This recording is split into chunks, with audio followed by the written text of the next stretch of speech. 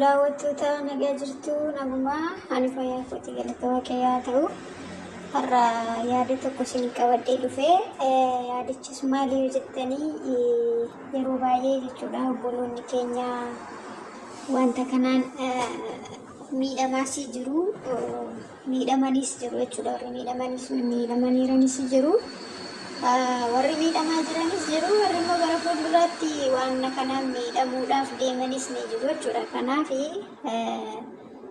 yaada kanarraan isinii haasa'uu barbaade har'a ammoo beekurraa chokkooti ammuma nu gadheerra. Intala takkatu ijoollee intala takkatu maal gooti gama sooshaal miidiyaa kanaanii beektoga waa'ee wannoo kana jaalallee qabatte jaalallee nama wajjin wal bartee mucaa kanaan jaalala walii galtee achi ishiin hojii ishee gaafa hojjetattee nagaa jettee gaafa gara biyyaa galtu mucaa sana biradha jechuudha kan isheen deemte isinii galee jechuun anatu eegee si fuudhaa booletti warri kee obbolaan kee buleessi kee obboleettiin kee achitti dhufuun hin barbaachisu ani si eegaa ana wajjin galteeti san booda waan jiru gara maatiitti deebinee achiin fixanneeti waliin jiraannaa jedhee mucayyoo kanatti hima. Egaa obboloota koo yeroo baay'ee jechuudha dubartoonni waan akkasiiti kan isaan raawwatan isinii galee maatii isaaniirra nama orma gara siite jechuudha kan isaan amananii itti of amananii itti deeman jechuudha. Nama maalummaa isaa hin beekne nama onlaayinii irraa bartee nama guyyaa tokko ijaan argitee hin beekne akkamitti maatii kee caalchifattee isaan na eegi jettee inni si eegee dhaqxee mana isaa waliin jiraachuudhaaf yaaddame. Kuni tokkoffaa ofiifis kabaja dhabuudha. Nama sanaafuu kabaja dhabuudha. Gama mucaa sanaan illee ofiisaaf illee kabaja hin qabu, siif illee kabaja hin qabu inni illee jechuudha. Atis akkasuma innis akkasuma. Kan kanarraa hafee gaafanni maatiin kee achitti dhufuun qabanii obbolaan kee dhufuun qabanii ana qofaas si eegaa gaafa jedhu ati namadha waa yaaduu qabda waa xiinxaluu qabda. Maaliif akkas naan jedhee maaltu jira duuba kanaa maalii ka jedhu sitti dhaga'amuu qaba yaaduu qabda turte. Si galanti kun ikkoo achitti qophaa'een si dhufaa naan si hata jedhee sitti himne akkasumaan ifa baasee malee akkoo sitti hime beera sitti hime yeroo bara. Sigalee kanaafi waan akkasirraa of qusadha.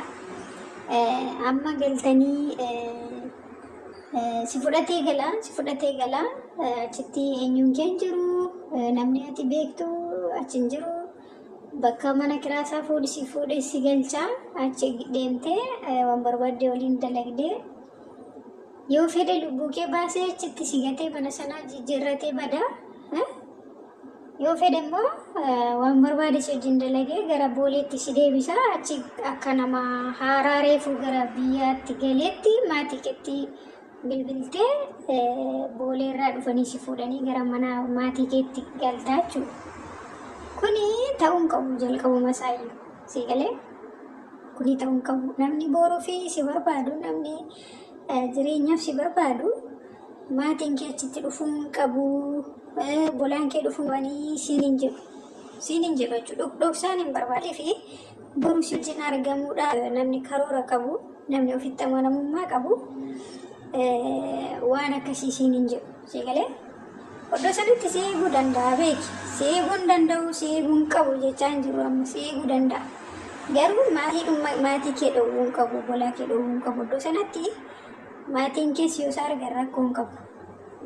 Dhufee iddoo sanatti jechuudha nagaa si gaafatee si dubbisee gara hojii isaatti deemuu ni danda'a. San booda bilbilli jira bilbilaan walii bilbiltanii wanta haasa'uu qabdanii haasooftanii wanna irratti walii galtanii maatii beeksifattanii gara jiruu keessanitti galuu qabdu jechuudha suuta jettanii. wanti qilleensa irratti sis cinqee sas cinqee akka kana osoo maatiin kee quban qabaatiin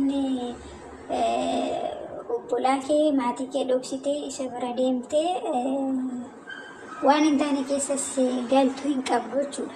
Sagalee kanaafi waan akkasiirraa of eeggadhaa obboloonni baay'een.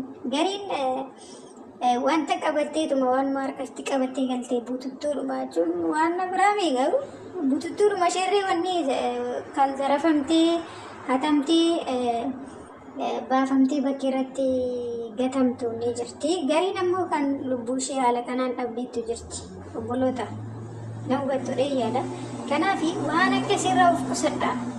Okay, waan akkasirraa of qusadhaa. Namni boruuf si barbaadu dhokadhuuti ana bira kottu anis dhokadheen dhufeen iddoo kanatti si fuudhee ana wajjin galtaa waan akkasii jedhee si mari'atu si mariisisus. Namni si kabaju namni ofis kabaju namni boruuf si barbaadu waan akkasii sitti naasa'u jechuudha. Atillee of kabajja yoo ta'e nama sana kabajjallee yoo ta'e ofis kabajja yoo ta'e waan akkasii keessa hin galtu jechuudha. Tole jettee waan akkasiidhaaf harka kennitee hin deemtu jechuudha. Kanaaf waan akkasirraa of eeggadhaa obboloonni baay'een waan kanaan baay'ee miidhamaa jiru. Ati hojiif dhabaatee jessi jammar jalqaba hojii kee hojjetatte gara maatiitti deemu. Nama wal baruu dandeessa, nama jaalachuu dandeessa, hamillee si jaalachuu danda'a. Garuu haala amma haasofne kanaan dhokadheen iddoo kanaatti si fuudha. Maatiin kee arguun qabanii, kee dhagahuun ulaan kee dhagahuun qabanii. Anatu iddoo kanaatti si fuudhee iddoo kanaan waliin deemtee haala kanaan waliin jiraanna namni siin jedhu dhoksaan hin barbaachisu. Waan akkasii keessaa ba'a obboloota koo. Kan waan isiniin jedha yoon yaada isinitti dheeresse dhiifamanaa godha. YouTube channel kanaaf warra taatanii as goraa maaliif tahaa warri mun wajjin jirtan nu jajjabeessaa jirtan ulfaadhaa galatoomaa isiniin jedha. Yaada bal'aa dhugaa rabbiiti waan baay'ee nama ajaa'ibudha. Gara boodaatti itti deebina waan kanaa ammaa fi garuu kan wanni isiniin jedha. Obboloota daraa keessan of eeggadhaa. Tokkoffaa lubbuu keessan dhabdu. Jireenyi akkasii jireenyi lama jiru tokkuma obbola